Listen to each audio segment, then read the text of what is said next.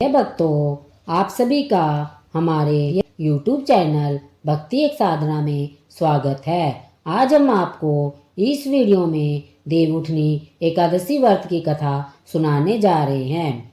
भजे बज्रेक मंडलम समस्त पाप खंडनम सब भक्त चित्त रंजनम सदैव नंद नंदनम। हरे कृष्णा। आप सभी को देवउठनी एकादशी की बहुत सारी शुभकामनाएं।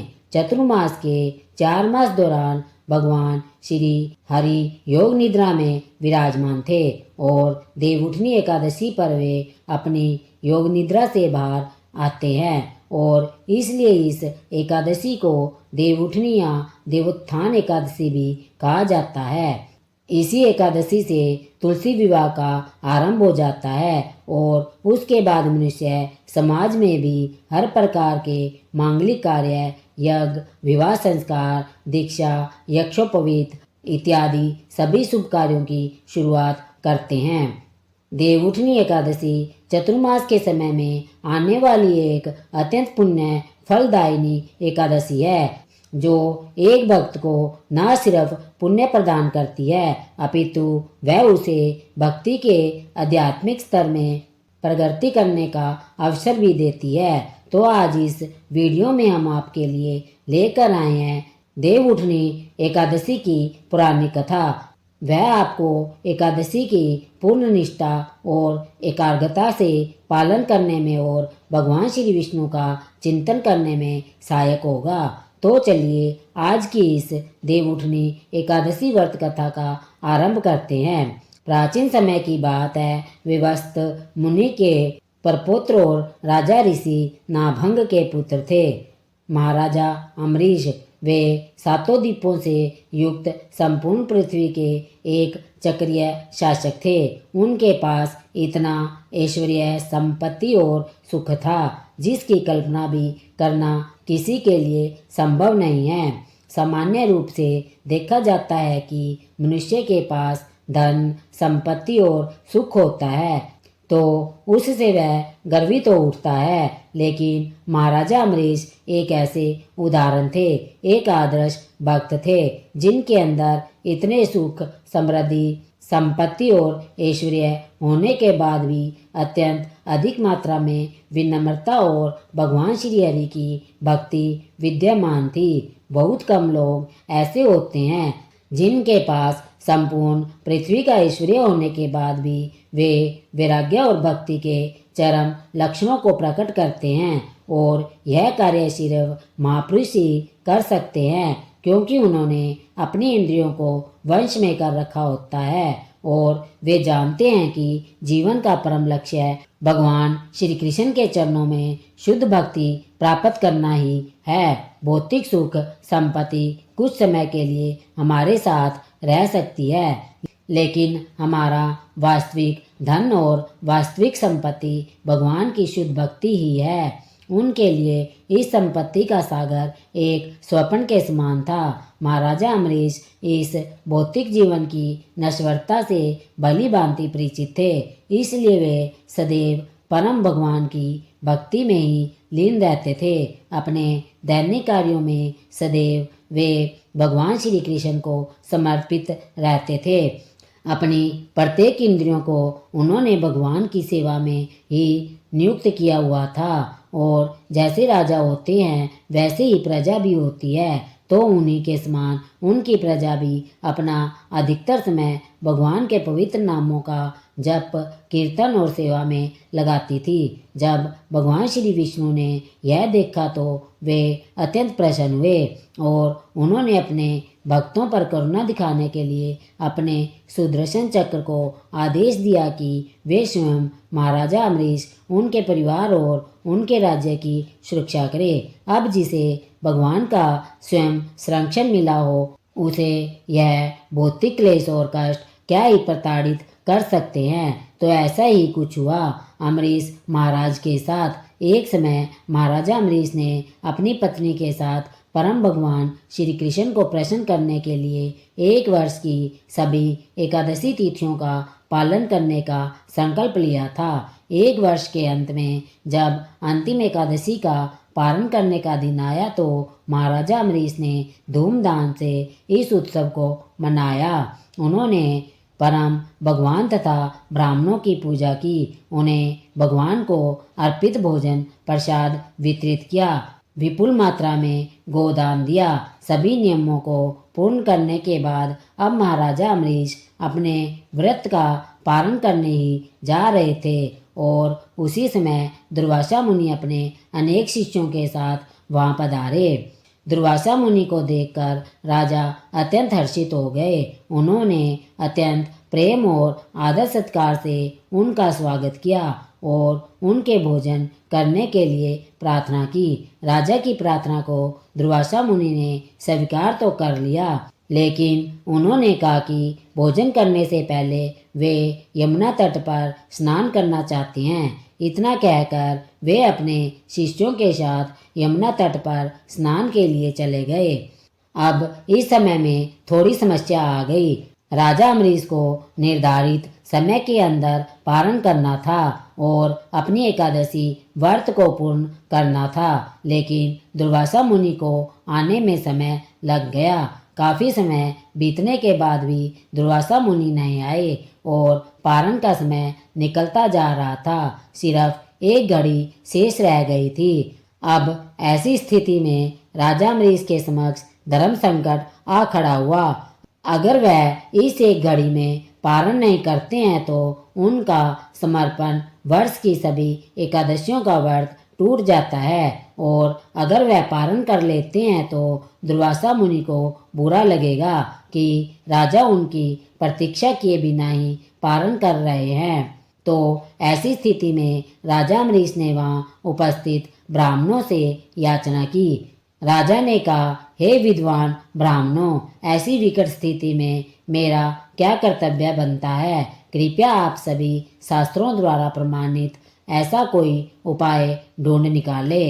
राजा की ऐसी स्थिति को देखकर ब्राह्मणों ने कहा, हे राजन, इस स्थिति में शास्त्रों का एक ही कथन है कि आपने इन सभी एकादशियों का पालन संपूर्ण निर्जल रहकर किया था। इसलिए अगर आप भगवान के चरणामृत की एक बूंद स्वीकार कर लेते हैं तो इस जल से आपका पारण हो जाएगा और इस प्रकार आप दुर्वासा मुनि को भी संतुष्ट रख पाएंगे, क्योंकि अभी तक आपने पूर्ण जल और अन्न को स्वीकार नहीं किया होगा। यह सुनकर राजा ने वही किया जो ब्राह्मणों ने कहा। राजा ने भगवान के चरणामृत की सिर्फ एक बूंद स्वीकार की और अपने व्रत का पारण कर लिया। अब वे दुर्वासा मुनि के आने की प्रतीक्षा करने लगे। अब उधर स्नान करने गए हुए दुर्वासा मुनि को समाधि में ही इस बात का पता चल गया कि अम्बरीश महाराज ने जल ग्रहण किया है। अब इस बात से दुर्वासा मुनि को अत्यंत क्रोध आ गया। उन्होंने सोचा कि तुच्छ क्षत्रिय राजा ने मेरा अपमान किया है, मुझे पहले भोजन के लिए आमंत्रित करता है और उसके बाद स्वयं मुझसे पहले ही उसने जल ग्रहण कर लिया है। इसके इस उदंडता की सजा उसे अवश्य मिलनी चाहिए। इस प्रकार सोचकर दुर्वासा मुनि ने क्रोध में आकर अपने बालों की एक लट खींच कर निकाली और देखते ही देखते उस लट ने एक विशालकाय अग्नि राक्षस का स्वरूप ले लिया। उस कृत्य नामक दैत्य ने अपने आप को चारों तरफ अग्नि से ढक लिया, यानी कि लिपटा लिया। संपूर्ण पृथ्वी को अपने लपटों में समाने के लिए वह ललायित था। दुर्वासा मुनि ने उस कृत्य को आदेश दिया कि जाओ इसी क्षण उस अभिमानी राजा अम्बरीश को जलाकर भस्म कर दो। उसने हमारा घोर अपमान किया है, शीघ्र जाओ उसे भस्म करके आओ। अब यह आज्ञा पाते ही कृत्य पहुंच गया राजा अम्बरीश के पास। महाराजा अम्बरीश भी समझ गए कि वास्तव में दुर्वासा मुनि क्रोधित हुए हैं, इसलिए उन्होंने इस कृत्य नामक दैत्य को भेजा है उन्हें मारने के लिए। लेकिन अम्बरीश महाराज भगवान के शुद्ध भक्त थे। कृत्य को देखकर भी वे थोड़े से भी विचलित नहीं हुए। उन्होंने दुर्वासा मुनि का आशीर्वाद समझकर उसको स्वीकार किया और हाथ जोड़कर उसके समक्ष खड़े हो गए। लेकिन यह तो एक भक्त की स्थिति थी। अब ऐसे समय में अपने भक्त को भगवान निसहाय कैसे छोड़ सकते हैं। तो भगवान अभी कोई आज्ञा दे उससे पहले ही उनका सुदर्शन चक्र वहां पहुंच गया और एक ही क्षण में सुदर्शन चक्र ने अपने तीक्ष्ण तेज और शक्ति से उस कृत्या नामक अग्नि दैत्य को जलाकर भस्म कर दिया। और अब वह सुदर्शन दुर्वासा मुनि को भस्म करने के लिए उनके पीछे दौड़ा। जब दुर्वासा मुनि को इस बात का पता चला तो वे अत्यंत लज्जित हुए और भयभीत होते हुए सुदर्शन से बचने के लिए चारों ओर भागने लगे। आकाश, पाताल, समुद्र, गुफाएं, दसों दिशाएं, सभी जगह सुदर्शन ने उनका पीछा किया। स्वर्ग में इंद्र इत्यादि को क्या, स्वयं ब्रह्मा जी और भगवान शिव भी दुर्वासा मुनि को शरण नहीं दे पाए। आखिर अंत में भगवान शिव ने दया दिखाकर दुर्वासा मुनि को सुझाव दिया कि उन्हें भगवान श्री विष्णु की शरण में जाना चाहिए। अब दुर्वासा मुनि के पास कोई विकल्प नहीं था। भय से कांपते हुए वे उसी क्षण भगवान नारायण के पास गए। उनसे प्रार्थना करते हुए कहने लगे, हे प्रभु, आप इस संसार के आदि और अंत है। आपके नाम का स्मरण करने मात्र से व्यक्ति नरकीय जीवन से मुक्त हो जाता है। आपके भक्त महाराजा अम्बरीश के प्रति मैंने घोर अपराध किया है, कृपया मुझे क्षमा करें। प्रभु, अब इस सुदर्शन चक्र से मेरी रक्षा आप ही कर सकते हैं। अब देखिए, भगवान हरि अपने वक्ष स्थल पर भृगु ऋषि की लात को सह सकते हैं, लेकिन अगर कोई उनके भक्त का अपमान करे, निंदा करे या फिर उनके प्रति कोई अपराध करे तो उसे भगवान कभी भी क्षमा नहीं करते हैं।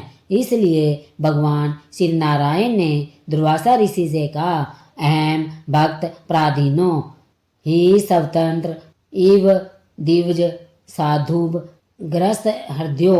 भक्त भक्त जन प्रिय हे दुर्वासा ऋषि, मैं संपूर्ण रूप से अपने भक्तों के वश में हूँ। निसंदेह मैं थोड़ा भी स्वतंत्र नहीं हूँ, क्योंकि मेरे भक्त भौतिक इच्छाओं से पूर्णतः रहित होते हैं। इसलिए मैं उनके हृदय में ही निवास करता हूँ। मुझे सिर्फ मेरे भक्तों की नहीं अपितु मेरे भक्तों के भक्त भी अत्यंत प्रिय है। मेरे शुद्ध भक्त किसी भी अवस्था में किसी भी भौतिक चीज की कामना नहीं करते हैं। अपना सब कुछ त्याग कर सदैव मेरे चिंतन में लीन रहते हैं। ऐसे भक्तों को भला मैं कैसे त्याग सकता हूँ। आपने महाराजा अम्बरीश का घोर अपमान करके अपने द्वेष का प्रदर्शन किया है। इसलिए बिना समय गवाए इसी क्षण आप मेरे प्रिय भक्त राजा अम्बरीश के पास जाइए, उनसे क्षमा याचना कीजिए और मुझे विश्वास है कि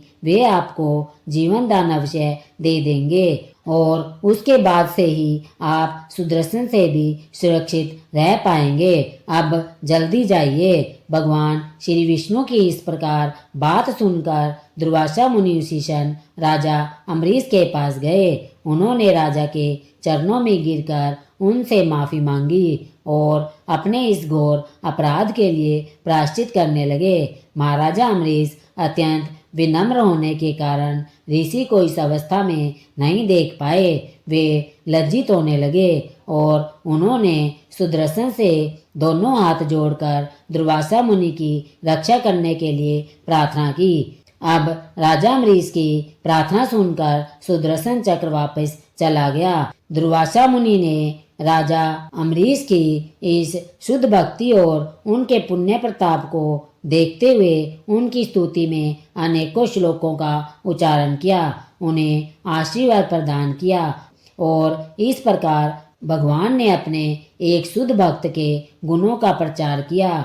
अब हम आपको देवउठनी एकादशी की पूजा विधि के बारे में बताने जा रहे हैं। हरे कृष्णा। 4 मास की योग निद्रा के बाद भगवान विष्णु अब योग निद्रा से बाहर आने वाले हैं और जिस दिन भगवान श्री विष्णु अपने योग निद्रा से बाहर आते हैं वह दिन यानी देवउठनी एकादशी उसे प्रबोधनी एकादशी या देवोत्थान एकादशी के नाम से भी जाना जाता है। इसी अवसर पर चतुर्मास समाप्त होता है। हालांकि कई भक्त पूर्णिमा पर चतुर्मास का व्रत समाप्त करते हैं। इसी एकादशी से तुलसी विवाह का भी आरंभ हो जाता है और इसलिए यह देवउठनी एकादशी अत्यंत विशेष मानी जाती है। कार्तिक मास के शुक्ल पक्ष में आने वाली यह एकादशी तिथि मनुष्य के मंदार पर्वत के समान पापों को तत्क्षण भस्म कर देती है। इसका पालन करने वाला मनुष्य हर प्रकार के भौतिक सुख और पुण्य फल प्राप्त करके परम उच्च आध्यात्मिक लोक की प्राप्ति करता है और यह स्वयं ब्रह्मा जी का वचन है। क्योंकि यह एकादशी विशेष तो है इसलिए इसका पालन करने की विधि भी शास्त्रों के अनुसार और पूर्ण श्रद्धा और निष्ठापूर्वक की होनी चाहिए। तो चलिए आज के इस वीडियो में हम जानते हैं कि इस बार आने वाली देवउठनी एकादशी व्रत विधि क्या है। शास्त्रों के अनुसार जिस प्रकार इसका पालन करना चाहिए और जिन नियमों का पालन करते हुए हम इस एकादशी का पूर्ण फल प्राप्त कर सकते हैं। तो आइए आज की देवउठनी एकादशी व्रत विधि वीडियो प्रारंभ करते हैं। जैसे कि आप सब जानते हैं कि इस बार कार्तिक मास के शुक्ल पक्ष में आने वाली देवउठनी एकादशी तिथि तो वैसे आ रही है नवंबर 2025 शनिवार के दिन, लेकिन हम एकादशी व्रत का पालन करेंगे 2 नवंबर 2025 रविवार के दिन। क्योंकि इस बार आने वाली एकादशी त्रिशपुषा महाद्वादशी है और इसका अर्थ है एक ऐसी एकादशी तिथि जो अगले दिन द्वादशी के सूर्योदय तक विस्तारित हो रही हो। और इतना ही नहीं, जो द्वादशी तिथि है वह भी अगले दिन त्रयोदशी के सूर्योदय तक विस्तारित हो रही है और यह संयोग एक विशेष नक्षत्र में बनता है और इस बार यह सतभिषा नक्षत्र में भी पड़ रही है जो कि शाम को 6:20 तक रहेगा और उसके बाद पूर्व भाद्रपद नक्षत्र प्रारंभ हो जाएगा। और इसलिए इस बार की देवउठनी एकादशी को त्रिशपुषा महाद्वादशी कहा जाता है और इस प्रकार की महाद्वादशी वर्ष में 8 बार आती है और इसी में से एक है यह देवोत्थानी एकादशी। तो इसलिए भले ही एकादशी तिथि 1 नवंबर को हो, लेकिन फिर भी हम एकादशी व्रत का पालन 2 नवंबर को करेंगे। तो आइए अब हम देखते हैं कि इस बार की देवउठनी एकादशी का पालन करने की शास्त्रोक्त विधि क्या रहेगी। इस एकादशी के महात्मन का वर्णन करते हुए भगवान श्री कृष्ण कहते हैं, जो भी व्यक्ति इस एकादशी का श्रद्धा और नियम पूर्वक पालन करता है वह अपने पूर्व और वर्तमान जन्म के सभी पाप कर्मों से मुक्त हो जाता है। इस मास में जो भक्त पूर्ण श्रद्धा के साथ संकल्प लेकर एकादशी का व्रत पालन करते हैं उसे अनंत गुना अधिक पुण्य फल की प्राप्ति होती है। एकादशी के एक दिन पहले यानी दशमी के दिन सूर्यास्त से पहले भोजन ले लेना चाहिए। उसके बाद अपने मुंह, हाथ और दांतों को अच्छे से स्वस्थ करके अपने मन तथा इंद्रियों को नियंत्रित करके परम भगवान श्री कृष्ण के ऊपर ध्यान केंद्रित करते हुए स्वयं को एकादशी व्रत पालन के लिए तैयार करना चाहिए। एकादशी के दिन प्रातः ब्रह्म मुहूर्त में उठ जाए। ब्रह्म मुहूर्त यानी सूर्योदय से कम 1.5 घंटा पहले। यह समय आध्यात्मिक साधक के लिए सबसे अच्छा माना गया है और इसी वजह से अष्टांग हृदय सूत्र 2.1 में कहते हैं, ब्रह्मो मुहूर्ते उत्तिष्ठ स्वस्थो रक्षार्थम आयुष, यानी स्वस्थ मनुष्य को अपनी आयु की रक्षा के लिए ब्रह्म मुहूर्त में उठना चाहिए। उठने के बाद स्नान इत्यादि से स्वयं को शुद्ध कर लीजिए। अगर संभव है तो आप किसी पवित्र नदी में स्नान करें और संभव ना हो तो अपने स्नान करने वाले जल में ही गंगा जल मिला ले और उस जल से स्नान करें। अब स्नान करने के बाद अपने घर में जो पूजा का स्थान या मंदिर है उसे और आसपास के स्थान को स्वस्थ करें। फिर अपने गुरु का स्मरण करते हुए और श्री हरि विष्णु जी का जयकार करते हुए घंटी बजाकर भगवान को जगाकर सबसे पहले उन्हें कोई भी मीठे पदार्थ का भोग लगाए। जब तक भगवान भोग स्वीकार करते हैं तब तक आप भगवान की प्रातःकालीन मंगला आरती करने की संपूर्ण तैयारी कर ले। अब 15 मिनट के बाद भगवान के पास से भोग ले लीजिए, फिर मंगला आरती करें या फिर उनका दर्शन करें।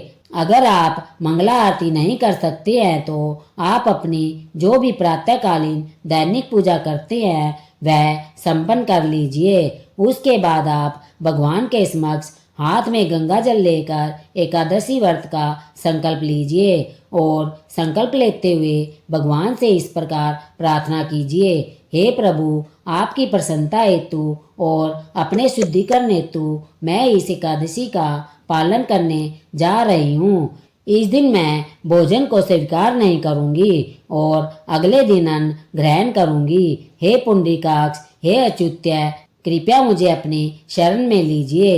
इस प्रकार संकल्प लेकर हाथ में रखे हुए उस जल को अब तुलसी के पौधे में अर्पित कर दे और अब समय है तुलसी देवी की पूजा आराधना करने का।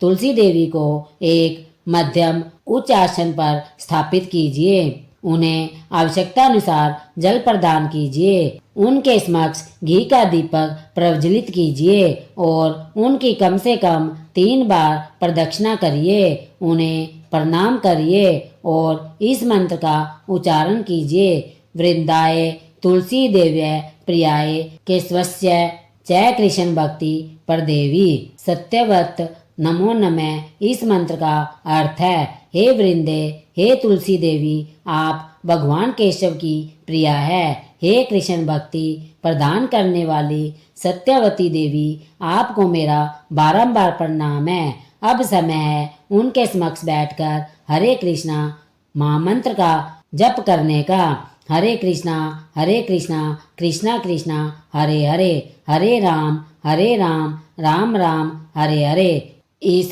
महामंत्र की अधिक से अधिक संख्या में माला का जाप करना चाहिए। यदि अधिक समय माला का जाप न कर सके तो कम से कम एक माला का जाप अवश्य करना चाहिए, यानी कि 108 मनके की माला का एक बार जाप अवश्य करना चाहिए। यही एकादशी के दिन करने योग्य सबसे महत्वपूर्ण कार्य है। इसलिए संपूर्ण दिन में या फिर प्रातःकाल में इस महामंत्र की कम से कम 10, 16, 25 या 32 माला का जाप अवश्य करें। जप समाप्त करने के बाद एकादशी की कथा सुनिए। कथा सुनते हुए अपने मन में भगवान श्री हरि का स्मरण कीजिए और एकाग्रचित्त होकर एक स्थान पर बैठकर आरंभ से अंत तक ध्यान पूर्वक इस कथा का श्रवण कीजिए। कथा श्रवण के बाद अब आप अपने दैनिक कार्य कर सकते हैं। दोपहर या दिन के समय में श्री मद् भागवत और भागवत गीता का पाठ कीजिए। एकादशी के दिन अधिक से अधिक भगवान श्री कृष्ण की लीलाओं और शिक्षाओं का श्रवण तथा पठन करना चाहिए। भगवान की लीलाएं श्री मद् भागवत ग्रंथ में हैं और शिक्षाएं भागवत गीता में हैं। एकादशी के दिन हम उपवास का पालन करते हैं और यह उपवास 3 प्रकार के होते हैं, निर्जल, सजल और सफल। निर्जल यानी जिसमें एकादशी के संपूर्ण दिन में अन्न और जल दोनों का ही त्याग किया जाता है। इस दिन पानी की एक बूंद भी नहीं ले सकते हैं और अगले दिन पारण के बाद ही जल और भोजन लिया जाता है। दूसरा उपवास है सजल, जिसमें आप उपवास में मात्र जल ही लेते हैं और कुछ नहीं। और फिर तीसरे प्रकार का उपवास होता है जिसे सफल उपवास कहते हैं। इसका पालन करते समय भक्त जल, दूध, फल, फूलों का रस और एकादशी प्रसाद ले सकते हैं। अगर आप चाय कॉफ़ी पीते हैं तो प्रयास करना चाहिए कि एकादशी के दिन चाय कॉफ़ी ना पिए। बाहर से कोल्ड ड्रिंक, धूम्रपान यह सब कुछ बिल्कुल भी नहीं लेना चाहिए। और इस प्रकार आप अपने शारीरिक क्षमता के अनुसार और आप जिस परिस्थिति में हैं उसके अनुसार आप किसी भी प्रकार का उपवास पालन कर सकते हैं, लेकिन किसी भी स्थिति में अन्न ग्रहण नहीं करना चाहिए। अब संध्या के समय अपने घर में तुलसी देवी की आरती कीजिए।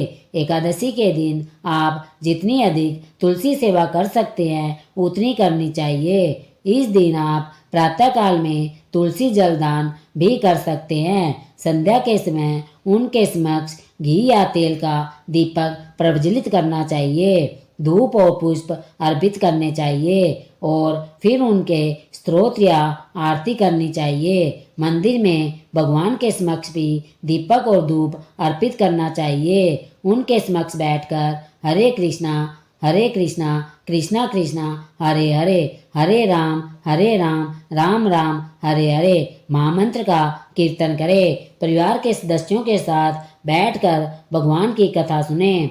हमारे शास्त्रों में एकादशी व्रत की रात्रि के समय जागरण करने के लिए भी बताया गया है। हरि कथा सुनते हुए, करते हुए और भगवान के पवित्र नामों का जप करते हुए जागरण करना चाहिए। अगर कर सकते हो तो सबसे अच्छा है, लेकिन एक वास्तविकता यह भी है कि इस समय हम कलयुग में जी रहे हैं।